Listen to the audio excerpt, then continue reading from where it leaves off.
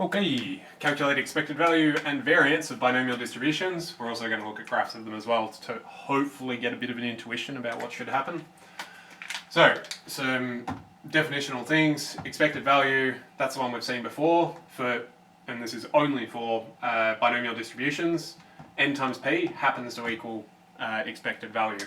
If you want proofs of any of these, they are in the book.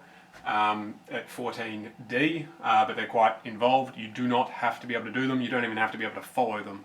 But if you're that curious, feel free.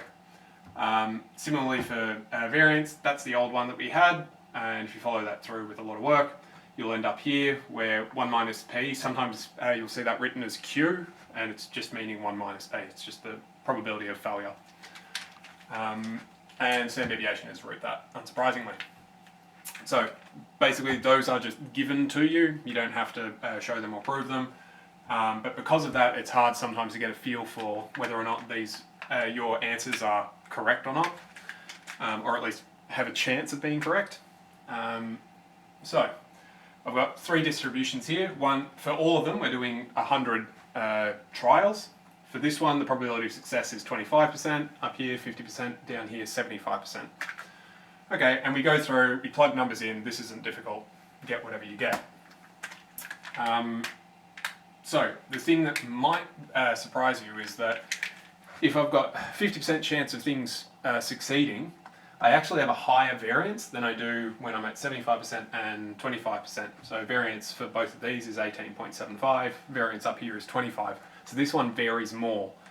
The means aren't the expected values aren't so surprising with 25 and 75 and 50, that makes a fair bit of sense. For the most part, expected value should make a fair bit of sense.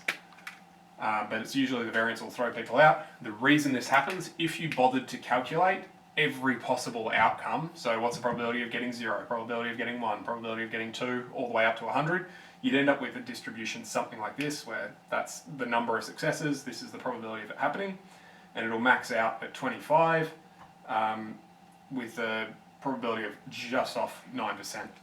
Similar story for the other two, at 50 for roughly 8% and 75 for roughly 9%. Since this thing has skewed, essentially what's happened is the area under the curve has been squished up, and so this thing has been pushed up. So you've actually got a higher probability of landing at the expected than you do of landing anywhere else. And as such, that means that there's less variance, there's less space in here for the actual result to land. And this is just a mirror image of this, so that same logic holds true.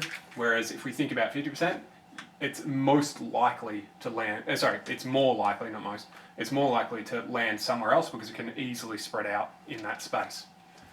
So that's that, and there was one other thing that I wanted to say, what was it?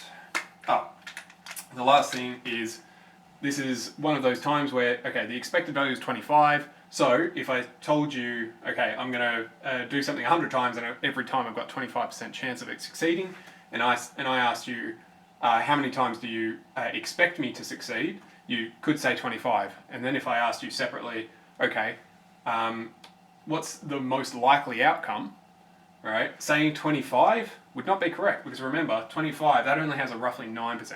Out of any one individual outcome, then yeah, that's the most out of any one outcome, but it is not infinitely more likely, it's far more likely that I don't land on 25. There's a roughly 91% chance that I don't land on 25.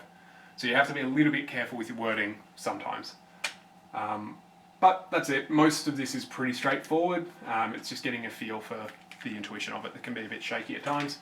Any troubles, do email me. Otherwise, cheerio.